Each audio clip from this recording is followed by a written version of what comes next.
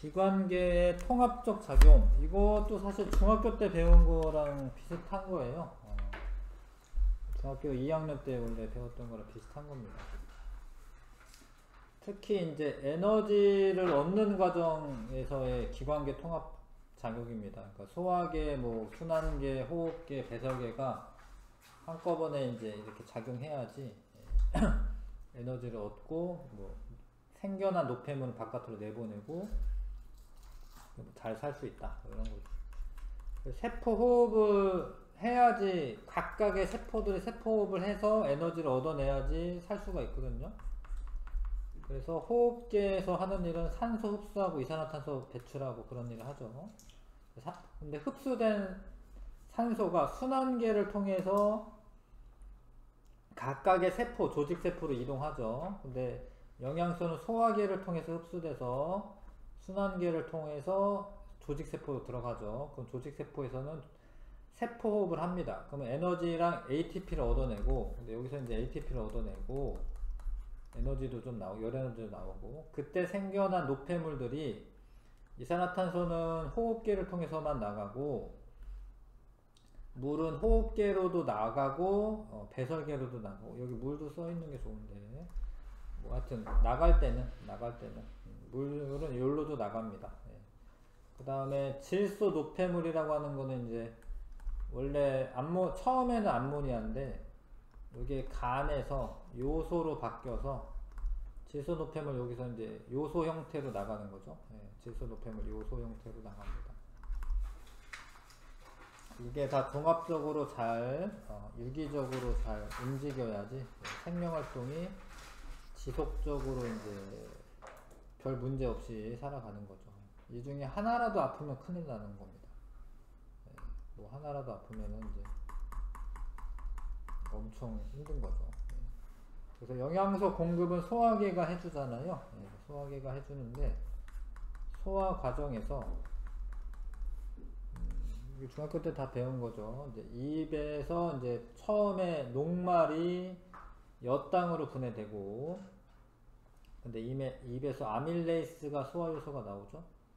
그 다음에 식도 지나가서 위에서는 단백질이 펩신에 의해서 단백질 중간 산물로 분해가 되는 거고, 위에 근데 염산들이 있어가지고 살균 작용 같은 거 하고, 그 다음에 이렇게 넘어올 때 이자액도 나오고 쓸개즙도 나와요.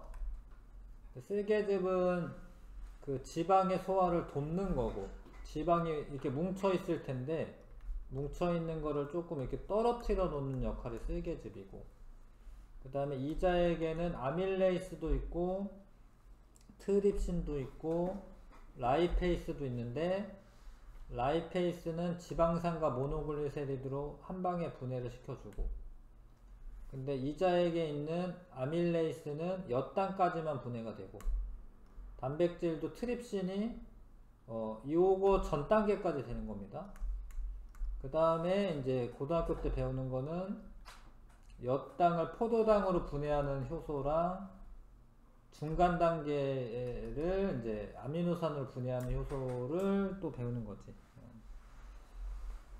근데 중학교 때는 그 효소를 그냥 탄수화물 분해 효소, 그 다음에 단백질 같은 경우에는 이제 뭐 단백질 분해 효소 이렇게 이름을 안 가르쳐 줬었는데 여기서는 가르쳐 주는 거죠.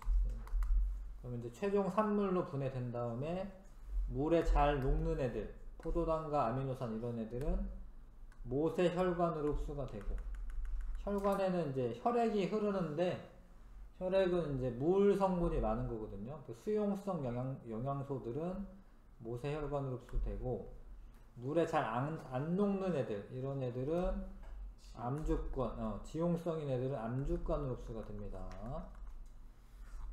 근데 그렇게 돼서 이제 심장으로 가서 이제 온몸으로 이제 보내지게 될 건데, 뭐 읽어볼 만한 게, 뭐 소화관이라고 하는 거는 이제 음식물이 지나가는 관이 소화관이고요. 소화샘은 여러가지 소화액을 분비하는 기관이다. 뭐 침샘, 위샘, 간, 뭐 간에도 이제 소화샘이 있는 거죠. 쓸개, 이자 이런 데 있다. 그 다음에 소장은 엄청 길다. 주름도 많고, 그 다음에 융털도 있어서 표면적이 엄청 넓다. 흡수하는데 되게 유리하다. 넘어가셔서 그거 이제 여기 있구나. 그러니까 여기 보시면 이제 이자액에서는 아밀레이스, 트립신, 라이페이스가 나오는데 아밀레이스는 몇 단까지만 분해를 하죠. 트립신도 중간 산물까지만 분해를 합니다. 근데 소장에 있는 상피세포에서 소화효소가 또 나오는 거예요. 소장의 상피세포들한테서 말테이스라고 하는 애가 나오고, 그거는 이제 엿당을 포도당으로 분해를 하는 겁니다. 최종 산물로. 소장에 있는 상피세포에서 펩티데이스가 나오고, 펩티데이스는 아미노산까지 분해를 하는 겁니다. 이해하시겠죠? 네. 요거는 이제 중학교 때는 안 가르쳐줬던 거 이렇게 이름까지 가르쳐주는 겁니다. 그 다음에 흡수된 영양소는, 자, 이게 이제 고등학교 때 이제 요거를 잘 아셔야 됩니다. 요 과정을 봐봐요. 이제 모세혈관에서 흡수된 애, 이게 모세혈관이야. 빨간 애가 모세혈관에서 흡수된 거야. 여기가 요렇게 돼서 간을 거쳐가요. 간 문맥이라고 하는 혈관을 통해서 간을 거쳤다가 심장으로 갑니다. 그러니까 모세혈관에서 흡수된 애는 간을 거쳤다가 심장으로 갑니다. 근데 암죽간에서 흡수된 애는 간 안 거치고 그냥 가는 거예요. 림프관 이거 간 안 거치는 거예요. 이거 간 뒤쪽으로 간 거예요. 이거는 간을 간 게 아니야. 그냥 이렇게 간 거야. 이렇게. 차이가 뭐냐면 여기는 포도당이 많을 거 아니에요. 포도당이 일단 여기 포도당이 간에서 처음에 밥 먹으면 포도당이 너무 많을 거 아니야. 그거를 여기에서 글리코젠으로 이제 저장을 해 놓는 거죠.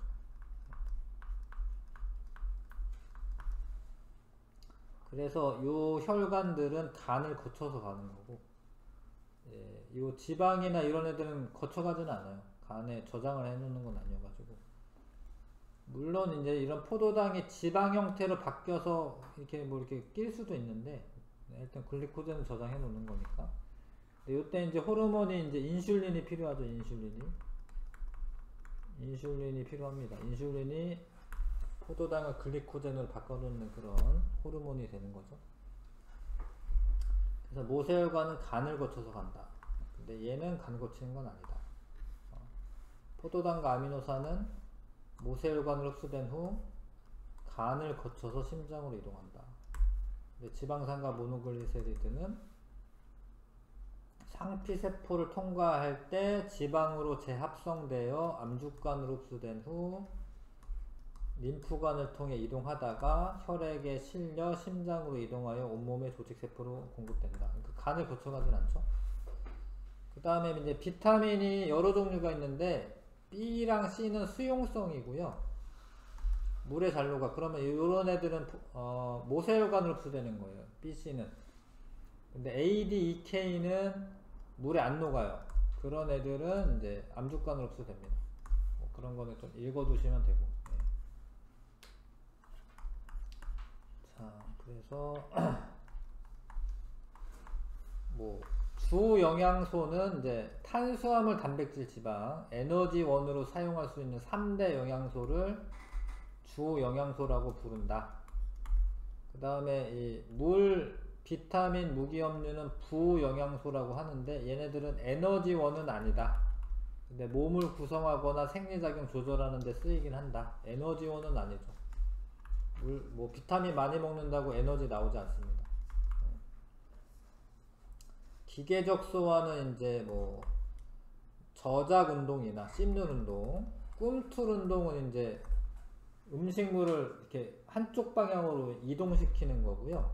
분절 운동은 뭐 소화액이랑 그 뭐 영양소들을 잘 섞어주는 겁니다. 뭐 그런 건 기계적 소화다. 읽어두시고 그냥. 화학적 소화는 소화 효소가 작용하여 분해를 하는 겁니다. 그 화합물을 분해를 하는 거죠. 그러면은 그게 진정한 소화지. 사실 화학적 소화가 일어나야지 되는 거고, 기계적 소화는 도와주는 거, 화학적 소화를 도와주는 거예요. 쓸개즙은 이게 이제 이거는 소화액이라고 하면은 맞는데 소화액은 맞는데 소화효소는 아니에요. 소화액이라고 부르는 거는 맞아요. 네. 근데 소화효소라고 부르진 않아요. 걔는 이제 그냥 도와주는 거, 지방을 유화한다라고 해. 이런 용어를 쓸 때가 있어요. 덩어리 지네를 이렇게 분산시켜 주는 걸 지방의 유화라고 합니다. 그거를 시켜주면은 라이페이스가 요거를 잘 이제 접촉을 많이 하겠지. 라이페이스와 지방을 잘 접촉하게 도와주는 거다. 소화효소는 라이페이스가 소화효소고 쓸개즙은 소화효소는 아니다. 그런 지식들을 가지고 있어야 합니다. 뭐 어디에 뭘 물어볼지 모르니까 넘기시고 옆 페이지네. 산소 공급과 이산화탄소 배출, 호흡께서 일어나는 건데, 일단 폐포는 어떤 공기 주머니야. 주머니. 이 폐포를 둘러싸고 있는 모세혈관에서 산소가 여기가 많고 여긴 적어요. 그러니까 왜냐면 산소를 쓰고 온 거지. 산소를 이제 그 조직세포에서 사용하고 온 거죠. 그럼 산소가 여기가 고농도고 여기가 저농도인데, 고농도에서 저농도로 이렇게 이동하는 거는 확산이라고 합니다. 확산. 그래서 산소가 들어가고 이산화탄소가 나가고 이런 거는 이제 확산에 의해서 일어나는 거고, 여기는 이산화탄소가 고농도죠. 고농도. 이산화탄소가 고농도고 여기가 저농도예요. 공기 중에 이산화탄소가 별로 많지 않습니다. 그럼 이렇게 이동하는 거죠. 이렇게. 그런 거는 확산이다. 이런 거는. 그리고 폐포는 이렇게 그냥 이렇게 있는 게 아니라 이렇게 있으니까 표면적이 되게 넓어지죠. 폐 구조는 양쪽에 있는데 폐에 수많은 폐포로 이루어져 있고 표면적이 넓어서 남자의 경우에 이 표면적을 다 피면은 100제곱미터래. 100제곱미터면은 10m 곱하기 10m. 내 폐 표면적이 10m 곱하기 10m 이만큼이래. 그만큼 넓다 이거지. 넓으면은 기체 교환이 효율적으로 일어난다. 그 다음에 폐는 근육 없는 거 아시죠? 근육이 있으면은 이게 두껍게 쌓여 있으면은 산소 같은 게 왔다 갔다 할 수가 없거든요. 그래서 그냥 뭐 비닐봉다리 같은 거. 선생님 초등학교 때는 이제 무슨 개구리 해부한다 라고 해서 준비물이 개구리야. 그러면 전날에 논에 가서 개구리를 잡아서 가요. 개구리 잡아갑니다. 초등학교 때. 그럼 개구리 잡아가서 무슨 알데하이드는 아니었는데 에테르 같은 데다 넣어가지고 아무튼 개구리를 마취시킨 다음에 분해를 해요. 이제 해부를 합니다. 해부. 그러면은 이제 개구리 폐가 보이는데 이게 뭔가 싶었어요. 그냥 비닐봉다리 같은 게 있어요. 이렇게 이게 폐래. 이게 폐. 이렇게 그냥 비닐봉다리 같은 거. 심장은 되게 조그맣게 있고 개구리 심장이. 아무튼 근육이 없잖아요. 그래서 얘가 움직이려면 이제 가로막이라고도 하고 횡격막이라고도 합니다. 중학교 때는 가로막이라고 했죠.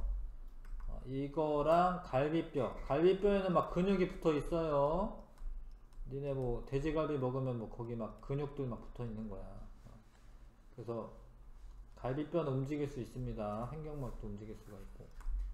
횡격막 내려가고 갈비뼈 올라가면은 폐가 커져서 숨이 들어오고 들숨이고요. 갈비뼈 내려가고 횡격막 올라가서 이렇게 흉곽이 좁아지면은 숨이 나가는 거죠. 그런 거 횡격막이라고 한다. 가로막이 횡격막이라고 한다. 순환계는 이제 심장에서부터 이렇게 심장박동에 의해서 이제 그 혈액 순환이 일어나는데 요 흐름들을 잘 보셔야 됩니다. 이런 게 문제 나와가지고 이런 걸 잘 보셔야 되는데, 아무튼 여기가 좌심실이죠. 좌심실. 내가 보는 거는 우측이지만 심장 달려있는 사람 입장에서는 이게 좌측이에요. 좌측. 좌심실에서 이렇게 출발해서 대동맥을 타고 뇌로 가는 것도 있고 밑에 이제 심장 밑에 쪽으로 가는 애들도 있겠지. 그래서 모세혈관에서 뭐 산소랑 영양소 이런 거 주고 세포 호흡하게 되면은 이산화탄소와 뭐 노폐물 같은 거 받아오죠. 이산화탄소랑 뭐 물 뭐 이런 거 나오긴 할 텐데 와서 대정맥을 통해서 우심방까지 오는 게 온몸 순환. 근데 온몸 순환이 일어나면 이 빨간색이 파란색 바뀌었다라고 되어 있는 건데 동맥혈이 정맥혈로 바뀐 거고, 그럼 얘가 다시 우심실에서부터, 여기 우심실이죠. 우심실에서부터 폐순환이 되죠. 폐순환. 폐로 갑니다. 폐에서 다시 산소가 많은 동맥혈이 돼서 좌심방으로 오죠. 그건 폐순환이죠. 예. 이해하시죠? 뭐 이런 거 이해하시죠? 예, 흐름 넘어가고, 그 다음에 산소 공급, 이산화탄소 배출. 아까 얘기했는데, 그러니까 고농도에서 저농도로 이제 농도 차에 의한 확산이 일어납니다. 농도 차에 의한 확산. 근데 이제 이 조직 세포에서는 조직 세포가 산소가 더 적기 때문에 고농도에서 저농도로 확산되고, 세포 호흡 결과 이산화탄소가 많으니까 고농도에서 저농도로 이제 확산되는 거죠. 근데 여기서의 산소 교환은 구체적으로는 외호흡이라고 해요. 외호흡. 폐에서는 외호흡이라고 하고, 조직 세포랑 모세혈관에서의 기체 교환은 내호흡이라고 하고, 구분을 하자면 그래요. 그 다음에 조직 세포에서 일어나는 호흡은 세포호흡이라고 하고, 세포호흡. 진정한 호흡은 세포호흡이죠. 그 다음에 요 둘은 외호흡과 내호흡은 그냥 기체 교환이고, 세포호흡은 에너지 생성 과정이죠. 미토콘드리아에서 일어나는 에너지 생성 과정입니다. 외호흡과 내호흡은 기체 교환 과정이죠. 외호흡은 폐포랑 모세혈관 사이고, 내호흡은 조직 세포와 모세혈관 사이에서의 기체 교환입니다. 이해하시죠?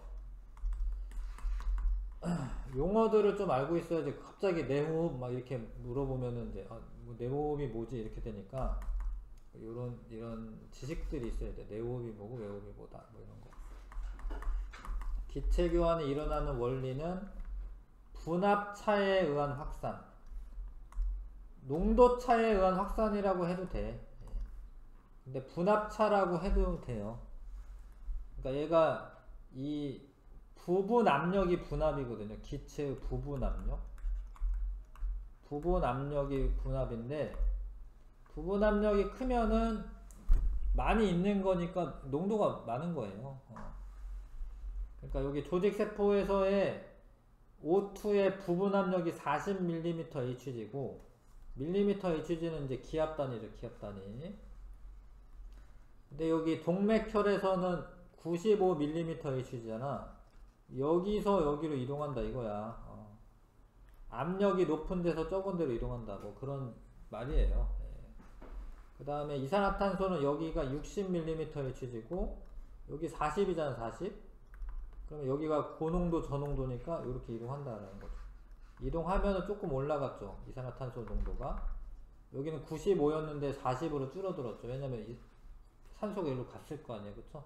그럼 다시 일로 왔을 때는 여긴 40인데 여기는 100이니까 100에서 40으로 이렇게 들어오는 거고, 산소는 이산화탄소는 여기는 50이고 여기는 40이잖아. 50에서 40으로 이렇게 이동하는 거죠. 뭐 그런 거야. 부분 압력 차에 의한 이동인데, 농도 차에 의한 확산, 고농도에서 저농도로 이동하는 거는 똑같은 이야기입니다.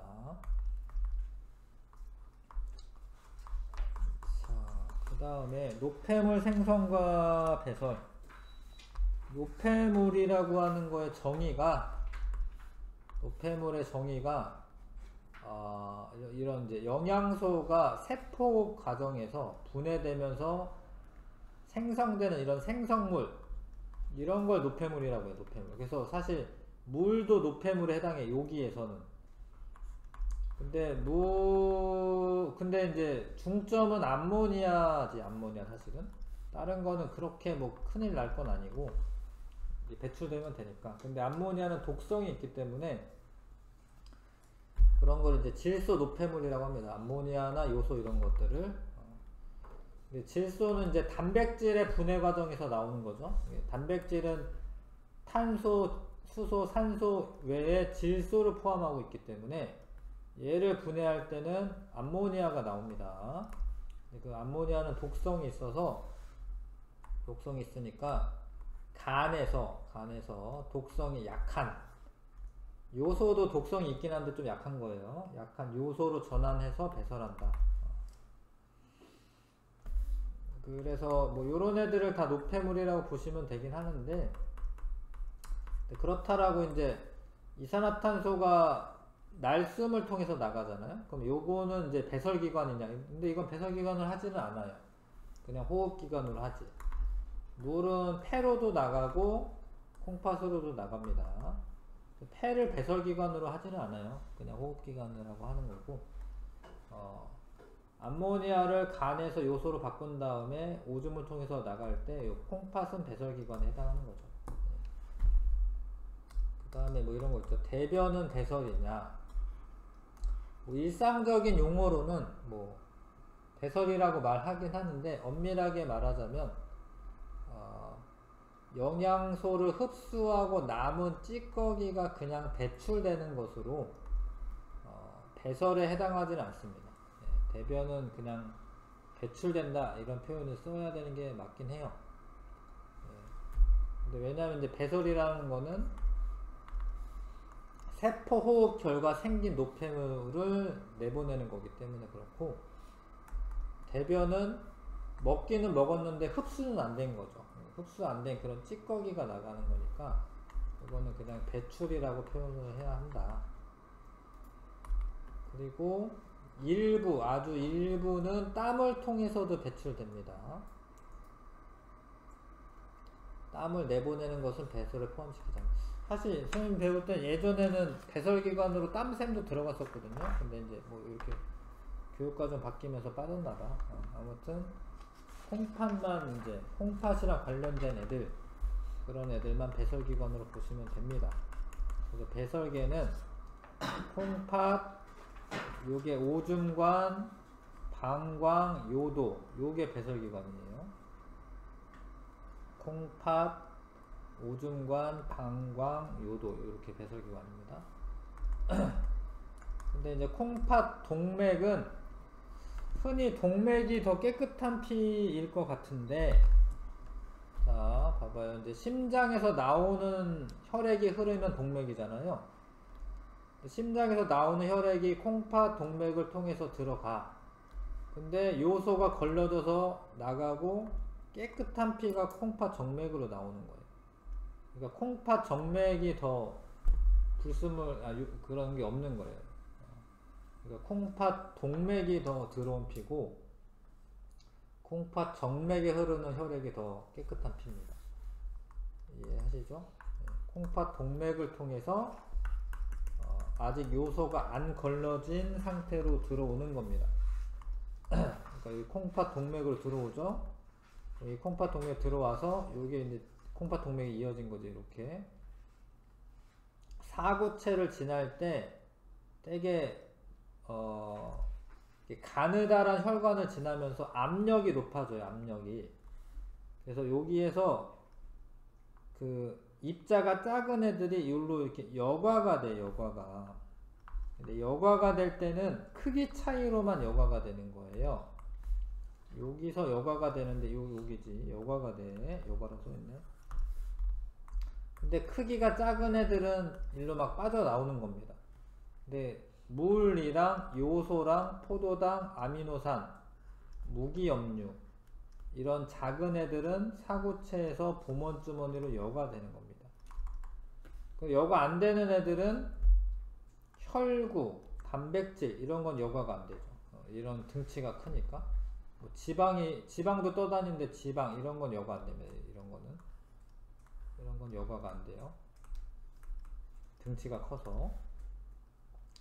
근데 이게 여과되는 양이 엄청 많은 거야 사실은. 막 하루에 한 180리터 막 이럴걸? 안 나왔나? 네. 그러니까 이 물들도 다 여과가 되기 때문에 이거 다 내보내면은 뭐 다 말라 죽는 거죠. 소변을 막 엄청나게 예, 봐야 되는 거고. 그래서 세뇨관을 통해서 가다가 모세혈관이랑 다시 만나요. 예, 여기 보시면 요게 세뇨관인데 세뇨관을 이렇게 가는데 모세혈관 여기 혈관에서 나온 애가 그냥 가지 않고 여기를 막 감싸고 있잖아요. 이렇게 그러면은 어떻게 되냐면 재흡수가 일어납니다. 일단은 크기 차이 때문에 여과는 됐는데 필요한 애들 물도 필요하고요, 포도당 아미노산도 필요하고 무기염류도 필요해. 그런 애들이 세뇨관에서 모세혈관으로 재흡수가 된다. 요소는 재흡수가 좀 안 되는데 원래는 사실 되기는 될 수 있는데 별로 안 돼요. 어찌됐건 물이랑 아미노산, 포도당, 무기염류는 재흡수 되는데 특히 포도당과 아미노산은 100% 재흡수가 돼야 돼요. 재흡수. 그래야지 병이 아닌 거야. 물이랑 무기염류는 일부 나가는 것도 있죠. 물이 아예 100% 재흡수되면 소변이 하나도 안 나오겠지. 무기염류는 이제 필요한 만큼만 재흡수된다. 근데 분비는 혈액에 남아있던 노폐물이 다시 세뇨관으로 분비될 수 있죠. 그러면 이제 이런 과정을 다 거치고 나면은 이제 진짜로 오줌이 되는 겁니다. 그러면 오줌이 되고, 처음에 이거는 이제 원뇨라는 표현을 쓸 때가 있어요. 그러니까 아니면 이제 여과액 뭐 이런 표현을 쓸 때가 있습니다. 여과액. 근데 거기에서 이제 요 과정을 거치면 이제 오줌이 되는 겁니다. 그때 물과 요소 등은 노폐물, 무기염류 등이 들어있다. 그러니까 물의 양은 많이 줄어들어요. 그렇게 되면 이제 요소의 농도는 증가하죠. 여기 원료라고 써있죠. 원료. 봐봐, 여기 초록색인 애들은 원료고, 여기까지만 원료라고 해야 되는데, 하여튼 요거는 이제 오줌이 되는 거고요. 요건 혈액의 흐름이고. 그 다음에 사구체, 보먼주머니, 세뇨관 합쳐서 네프론이라고 부릅니다.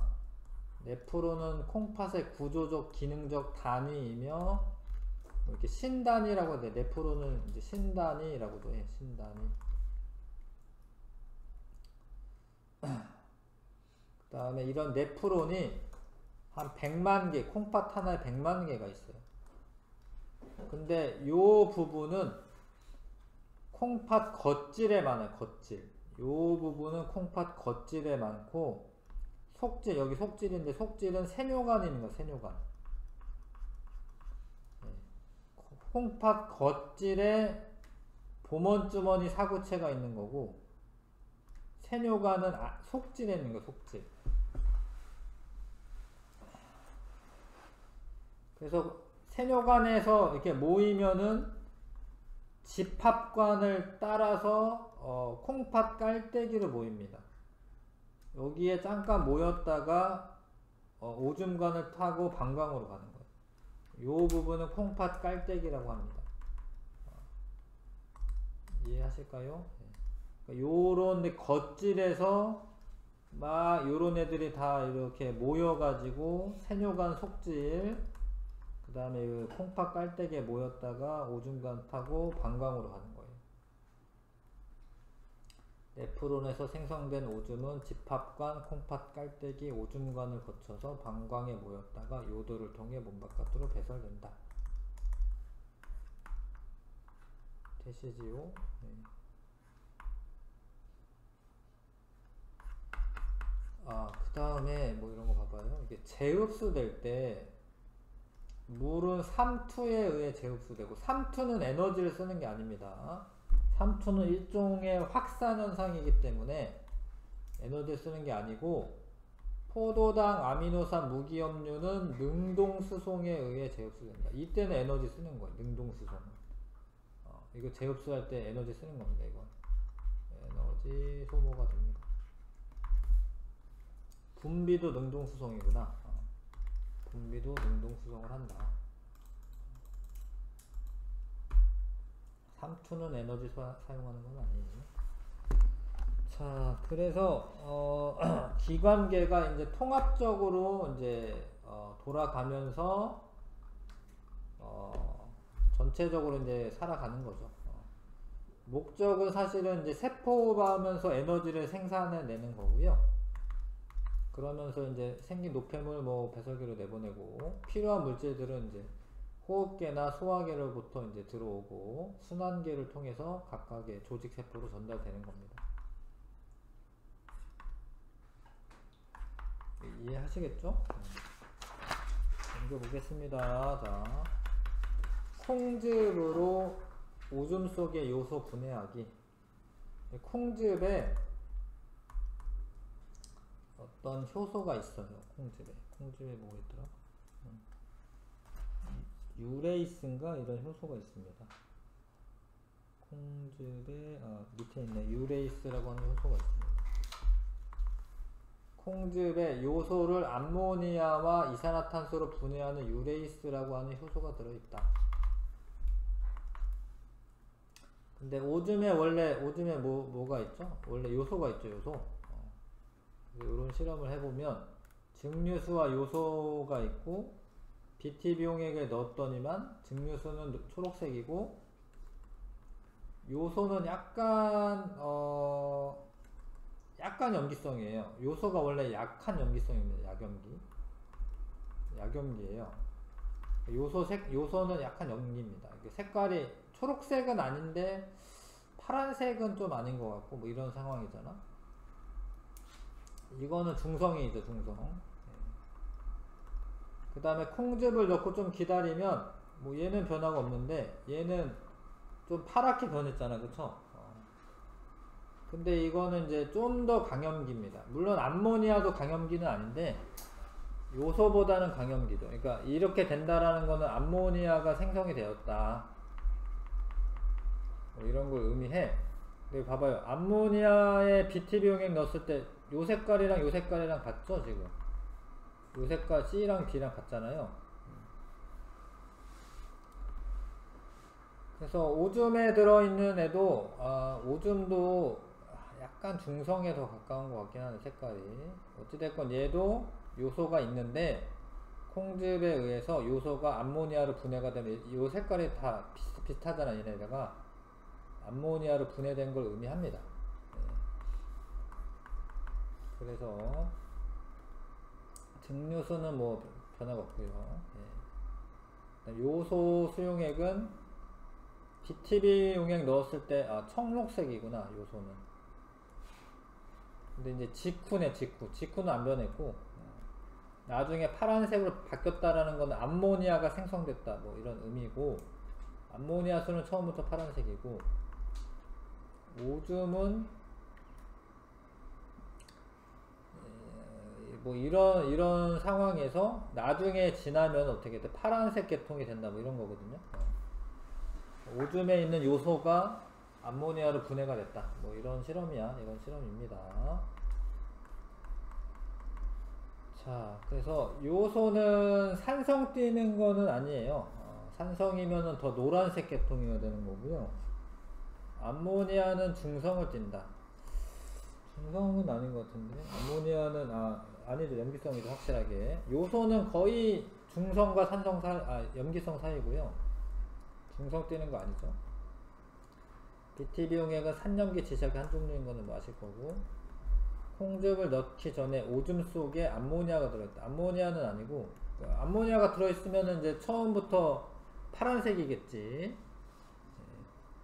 오줌에 콩즙을 첨가하면 염기성 물질이 생성됩니다. 암모니아가 염기성이고요. BTB 용액 파란색은 염기성을 의미하니까 이건 봐도 되죠. 콩즙 속의 효소의 작용은 뭐 하는 애야? 요소를 암모니아로 분해한다. 이 탐구에서 날콩 대신 삶은 콩을 사용하면 어떻게 되냐? 뭐 변화가 없는 거죠. 왜냐하면 이 요소라는 효소가 어떻게 되겠죠? 효소가 파괴되겠죠? 삶은 콩에선 효소가 파괴돼요. 실험 변화가 없다. 파괴되어서 이제 역할을 못하니까 변화 없다. 실험 결과는 이제 아무 일이 안 생기겠죠. 되셨지요? 그 다음에 요런 문제가 나옵니다. 요 문제. 자, 이런 거를 해보는 거. 음식물 속에 포도당이 다리 근육에 공급되는 경로. 포도당은 소장에서 들어오겠죠? 그러면은 얘는 어쩐다고? 간을 거쳐간다고, 간을. 그래서 심장으로 가. 근데 여기서 와서 여기 이제 그 대정맥을 통해서 들어온 거니까 요 폐로 가. 그 다음에 다시 일로 와. 그 다음에 대동맥을 거쳐서 다리로 가. 이해가요? 이렇게? 이렇게 가는 거예요. 근데 그러는 동안에 심장을 몇 번 지나갔느냐, 이런 게 문제로 나와요. 그래서 봐봐, 다시 볼게요. 심장 요렇게 갈 때 한 번 거쳤고, 폐 갔다가 다시 돌아오면서 또 한 번 더 거치죠? 그래서 다리로 가면 돼. 그래서 이게 심장 2번 거치는 겁니다. 요게 문제로 나옵니다. 몇 번 거치나, 이렇게. 그럼 이제 공기 중에 산소가 다리 근육에 공급되는 경우. 산소는 폐에서 들어오겠지? 봐봐요. 그러면 산소가 들어왔어. 여기서부터 출발이죠. 그 다음에 심장으로 가. 그 다음에 요렇게 가. 다리로. 그러면 한 번이 한 번. 한 번. 이해하세요? 그 다음에 다리 근육에서 생성된 이산화탄소가 몸 바깥으로 배출되는 경로. 그래서 여기서 이산화탄소가 생겼어. 이렇게 가. 한 번 갔죠? 그 다음에 뭐라고 됐지? 그러면 폐로 가면 땡이네. 폐에서 나가면 되잖아. 그러면 한 번이죠, 한 번. 이산화탄소 한 번. 이해하시죠? 그 다음에 이게 어려운 건데, 요게 중요한 건데, 세포 결과 생긴 질소 노폐물이 몸 바깥으로 배출되는 경우. 이게 중요한 건데, 어디서 됐죠? 다리 근육이구나. 그러면 이제 질소 노폐물이니까 처음에는 암모니아 같은 게 생기는 거야. 그 다음에 봐봐, 잘 봐라. 이렇게 가다가 이렇게 빠꾸 갈 수 있나? 이렇게 갈 수 있나? 못 가요. 이게 안 돼. 그래서 간으로 가야 되잖아. 왜냐면 요소로 바꾸려면 간으로 가야 되잖아요. 그렇죠? 그래서 요렇게 가. 한 번. 또 여기 와. 2번. 요렇게 가다가 간으로 가. 그럼 바뀌었겠죠? 간에서 요소로. 그럼 다시 와. 또 심장 또 가야 돼. 3번. 4번. 어디로 가야 되냐면 콩팥으로 가야 되죠? 콩팥으로 가. 나가. 그럼 4번이야, 4번. 1번, 2번, 3번, 4번. 네, 알겠어요? 이거 잘 따라가셔야 됩니다. 네. 근데 요런 거를 이제 뭔 일이 벌어지는지를 알아야지 요걸 따라가지. 그러니까 암모니아가 처음에 생겼다가 간에 가서 요소로 바뀌었다가 콩팥을 통해서 나간다. 이런 걸 알아야지. 그쵸? 그래서 총 4번입니다. 4번. 그 다음에 그 해석도 읽어볼게요. 식사 후 소장에서 흡수된 포도당은 간을 지나면서 일부가 간에서 글리코젠으로 저장되어 되고, 그러니까 그래서 이제 소장에서 간으로 이동한 혈액은 간을 통과하면서 혈당량이 낮아진다. 이런 거 읽어 두셔야 됩니다. 그러니까 봐봐, 여기 혈액하고 여기 혈액하고 어느 게 혈당량이 낮냐, 이런 거 물어보는 거예요.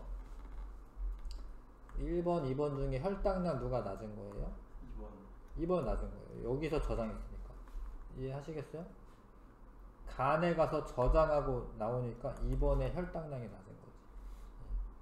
그런 거 물어보는 거고요. 폐에서 산소가 흡수되고 이산화탄소가 배출되므로 혈액이 폐를 통과하면 산소 농도 높아지고 이산화탄소 농도 낮아진다. 이거 이해하죠, 이거? 콩팥에서 요소가 걸러져 오줌으로 배출되므로 혈액이 콩팥을 통과하면 요소 농도가 낮아진다. 이거 이해하시죠? 확인 문제 한번 풀어봐 주세요. 1번, 2번, 3번. 잘 읽으시고요. 읽기를 잘 하셔야 됩니다. 화장실 좀. 카톡.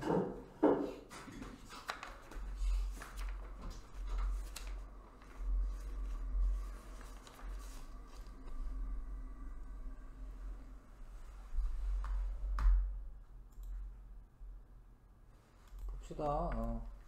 혈액이 간을 통과하면 요소 농도가 낮아진다. 간에서 요소, 암모니아가 있으면 요소로 전환될 거기 때문에 요소 농도는 높아져야 되겠죠. 혈액이 콩팥을 통과하면 요소 농도가 낮아져야지. 콩팥에서 요소가 걸러져서 바깥으로 나가니까. 산소 농도는 폐정맥보다 폐동맥에서 높다. 왠지 맞을 것 같지만 이런 거예요. 폐로 가는 혈액이 폐동맥이고, 동맥이라는 건 심장에서 나가는 거기 때문에 폐에서 오는 애가 폐정맥인데, 폐정맥이 산소 농도가 더 높은 거죠. 폐정맥이 동맥혈이 흐릅니다. 그거 아셔야 돼. 폐정맥에 동맥혈이 흐르는 거예요. 이름은 정맥인데 피는 동맥혈이 흐르는 거예요. 산소가 많은 게 동맥혈이거든요. 이거 틀렸고, 혈액 속의 이산화탄소 농도는 대동맥보다 대정맥에서 높다. 이거는 맞죠. 왜냐면 대동맥에는 산소가 풍부하고요, 이산화탄소는 적고, 대정맥에는 조직세포에서 이제 세포흡 결과 생긴 이산화탄소를 받아오기 때문에 이산화탄소는 대정맥에서 높지. 리을 답이고요.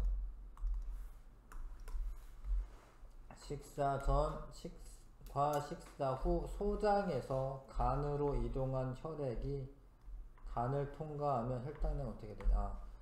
식사 전에는 간에 저장했던 글리코젠은 포도당으로 바꿔주기 때문에 식사 전에는 혈당량이 증가를 하게 돼 있어요. 이해가? 식사 전에는 지금 포도당이 별로 없으니까 저장해놨던 거 써야 되거든요. 근데 식사 후에는 지금 포도당이 많이 들어왔잖아요. 그러니까 간을 통과하면서 저장을 하기 때문에 그때는 혈당량이 감소하게 되죠. 간을 통과하면. 그 다음 8부위 조직세포에서 세포흡 결과 생긴 암모니아가 요소로 전환된 다음 몸 바깥으로 배출되기까지 심장을 최소 몇 회 거치냐. 그러니까 암모니아가 이제 주어야. 암모니아. 요소가 주어가 아니고 하여튼 암모니아가 심장을 몇 번 거치냐. 그러면 또 이상하네. 하여튼 암모니아가 요소로 전환되면서부터 뭐 이렇게 몇 번 거치냐 이런 건데 4번이긴 4번이죠. 왜냐면 아까랑 똑같은데 여기서 암모니아가 생겼어. 바로 간으로 못 가요. 그러니까 1번, 2번, 3번, 3번, 4번, 끝. 이해하시겠죠? 4번입니다. 4번. 됐습니까? 76쪽. 요 그림 좀 잘 따지실 줄 알아야 되고요. 이거 보면서 이렇게 설명도 잘 나와 있는데 유제 한번 풀어봐 주시고 76쪽에 유제 풀어봅시다.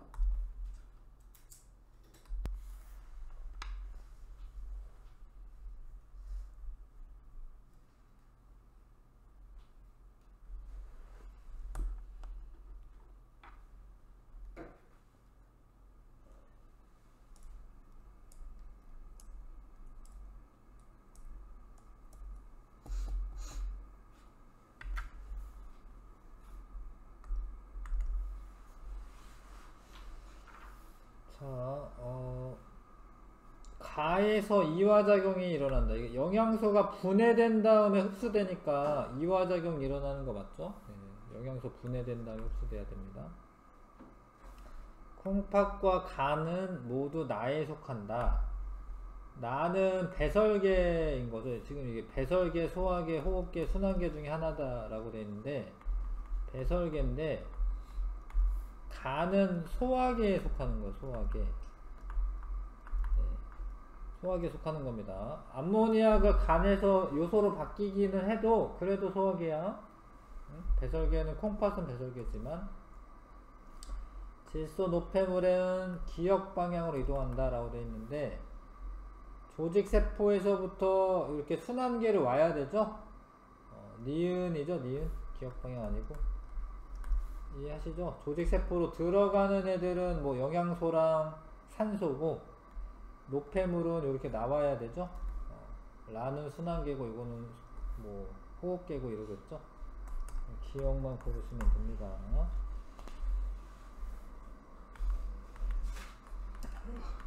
이거를 다 읽어두시는 게 좋아요. 이거 좀 읽어두시는 게 좋은데 이 내용들 다 읽어두시는 게 좋습니다. 자, 정리하기까지 하고 가자. 세포 호흡과 기관계의 관계, 생명활동에 필요한 에너지를 얻기 위한 세포 호흡인 것 같아요. 세포 호흡이 일어나려면 영양소, 산소 공급 및 이산화탄소, 물, 질소, 노폐물 배출이 원활하게 이루어져야 된다. 이러한 과정은 소화계, 호흡계, 순환계, 배설계에서 일어난다. 소화계는 영양소의 소화와 흡수, 호흡계는 산소의 흡수, 배설계는 질소, 노폐물 배출, 순환계는 물질 운반을 담당한다. 음식물이 소화관을 지나는 동안 소화효소의 작용을 받아 녹말은 포도당까지 돼야죠. 포도당. 단백질은 아미노산, 지방은 지방산과 모노글리세리드. 모노글리세리드로 소화된 후 흡수가 되고요. 포도당과 아미노산은 융털의 모세혈관으로 흡수되고 그 다음에 간을 거쳐서 심장으로 이동한다 아셔야 되고 지방산과 모노글리세리드는 상피세포에서 지방으로 재합성되어 암주관으로 흡수된 다음 림프관을 지나 혈액에 실려 심장으로 이동한 다음에 온몸의 조직세포로 공급된다. 산소 공급, 이산화탄소 배출, 노폐물 생성, 단백질이 세포호흡에 의해 분해되면 이산화탄소, 물, 암모니아가 생성된다. 그래서 요거는 이제 탄수화물, 지방은 여기 써져 있고 11은 단백질이겠지. 단백질에서는 이산화탄소, 물, 암모니아가 나오고 암모니아는 간에서 요소로 바뀐 다음에 콩팥에서 오줌으로 나가고 폐로 나가는 거는 뭐 날숨 쓰면 될 것 같네요. 날숨.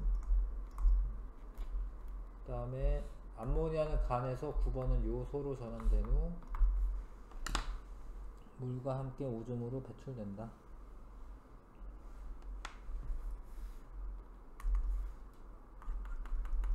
소화계, 호흡계, 순환계, 배설계는 순환계를 중심으로 순환계 같은데? 순환계 맞네요. 순환계를 중심으로 통합적으로 작용하여 우리 몸의 생명활동을 원활하게 일어나도록 합니다. 과잉의 물과 질소, 노폐물은 순환계와 배설계의 작용으로 배출된다. 숙제는 프린트 내준 걸로 해주시고요. 이거 기본 문제는 아직 안 풀었지만 프린트 내준 거 풀 수는 있을 것 같아요.